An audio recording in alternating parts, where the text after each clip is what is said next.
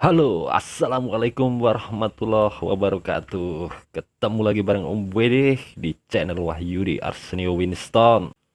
Di video kali ini saya akan mengulas lanjutan dari partai kemarin, sesuatu yang sangat menarik. Saya akan berikan analisa dan jadi komentator pertandingan catur kelas dunia.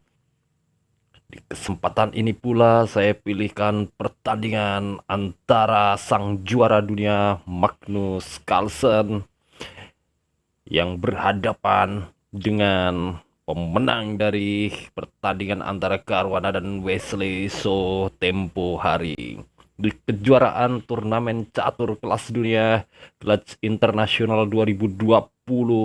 Dan siapakah yang bakal memenangkan pertandingan kali ini?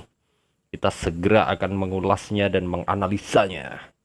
Di video sebelumnya saya sudah upload pertandingan antara Caruana dan Wesley So, dan pertandingan itu dimenangkan Caruana. Caruana pun berhak atas tiket final melawan sang juara dunia Grandmaster asal Norwegia. Siapa lagi kalau bukan Magnus Carlsen, lawan tangguh yang siap menjegal langkah Caruana menuju tahta juara. Baiklah teman-teman, langsung saja kita intip jalannya pertempuran kedua pemain ini. Di sini sang juara dunia memegang putih dan Caruana memainkan hitam.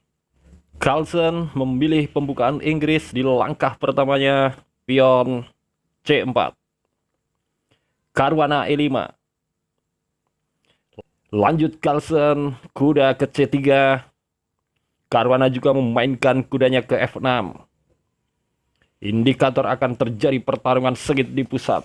Carlsen pion G3.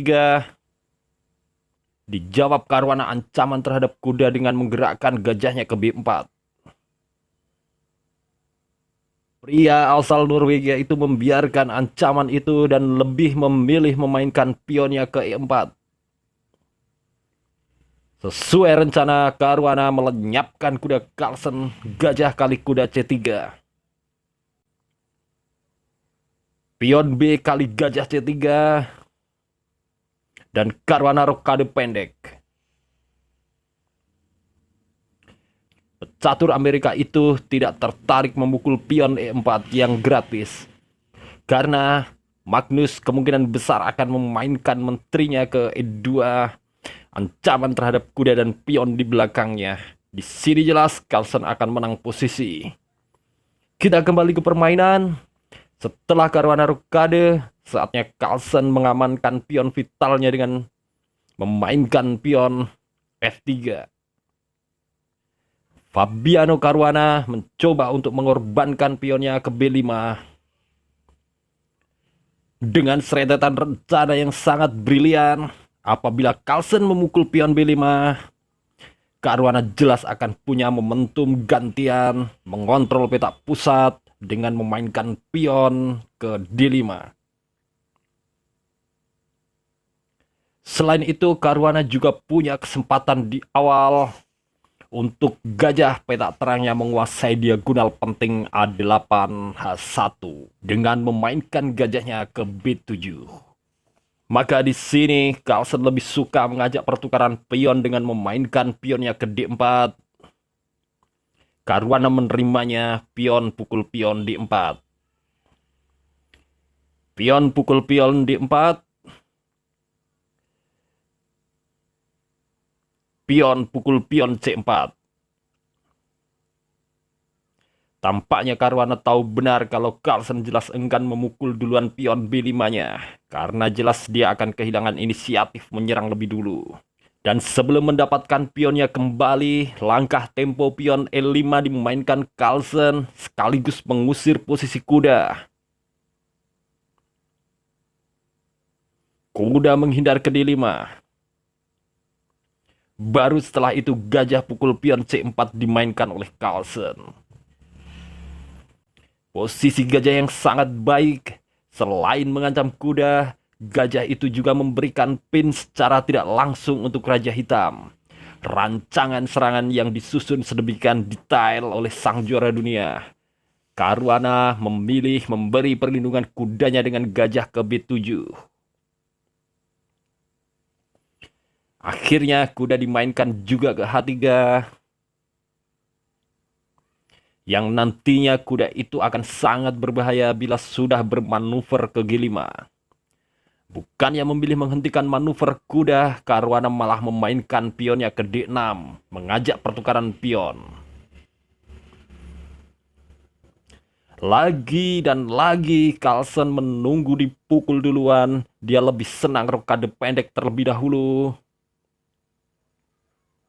Sembari mulai sedikit mengaktifkan bentengnya, Caruana akhirnya memainkan kudanya ke D7. Beteng membackup pion E5 karena diserang 2 kali oleh Caruana dengan geser ke E1. Caruana memukul pion dengan pion. Pion kali pion E5 oleh Carlsen. Dan Caruana menggerakkan kuda D-nya melompat ke B6 sembari mengancam gajah C4. Mudah saja buat gajah putih menyelamatkan diri sambil tetap menjaga diagonalnya. Mundur ke B3. Untuk pertama kalinya Menteri Caruana dimainkan ke E7. Dan di langkah inilah semua mata dunia terbelalak. Seluruh otak manusia dibuat pusing menerka-nerka. Apa-apaan sih ini? Ya, dia mengorbankan pionnya ke E6. Caruana memukul pion kali pion E6. Akhirnya sang kuda pun ikut memberi tekanan bergerak ke G5.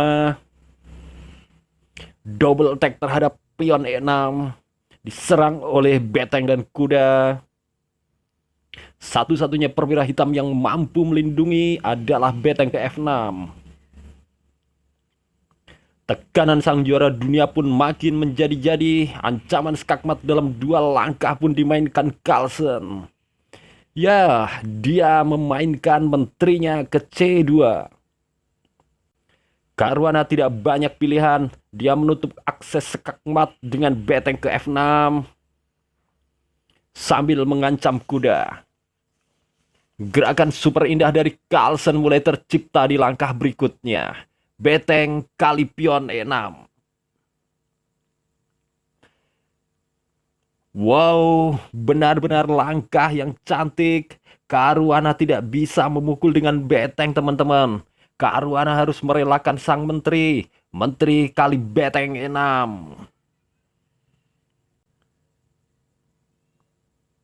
Ya, karena kalau dipukul beteng, maka yang terjadi adalah skakmat dalam 2 langkah. Menteri pukul pion H7. Sang raja gerak ke F8 dan skakmat terjadi di petak H8. Oleh karena itu, mau tidak mau, suka tidak suka, beteng harus dipukul oleh Menteri. Caruana harus merelakan ditinggal lebih awal sang menteri dengan ditukar dengan beteng dan kuda. Kuda kali menteri dan beteng kali kuda di E6. Sampai langkah ini sebenarnya Caruana menyerah. Kalah jumlah perwira. Posisi yang penuh dengan tekanan yang begitu masif dari Carlsen. Ditambah lagi perwira-perwira hitam yang pasif. Aduh, mungkin itu yang digumamkan percatur dengan Elo 2835 ini. Carlsen mulai memainkan gajah petak gelapnya ke B2. Caruana memainkan beteng A ke E8. Gajah ke D4 oleh Carlsen. Dan Raja Hitam geser ke H8. Dengan maksud memberi keleluasaan kuda dan betengnya untuk bergerak. Menteri Carlsen menuju F5. Gajah hitam ke C8. Mengancam menteri secara tidak langsung. Dengan sigap menteri geser ke H5, teman-teman. Pion di lajur C dikorbankan hitam, mengancam gajah di D4 untuk keluar dari jalur diagonal pusat. Gajah dengan sangat manja menerima pengorbanan. Gajah kali pion C5. Beteng Caruana mengancam Menteri Carlsen ke I5. Menteri mencari posisi aman di F7 sambil mengincar baris 7 yang sangat lemah. Gajah Caruana menusuk membatasi ruang gerak gajah putih. Ke H3. Gajah petak gelap putih dimainkan oleh Carlsen ke F8. Memberikan ancaman skakmat oleh menteri maupun gajah di G7. Menteri diusir, gajah skakmat, gajah diusir, gajah dipukul, maka Caruana bakal kehilangan betengnya. Posisi yang serba rumit terjadi di partai yang dimainkan oleh Caruana, teman-teman.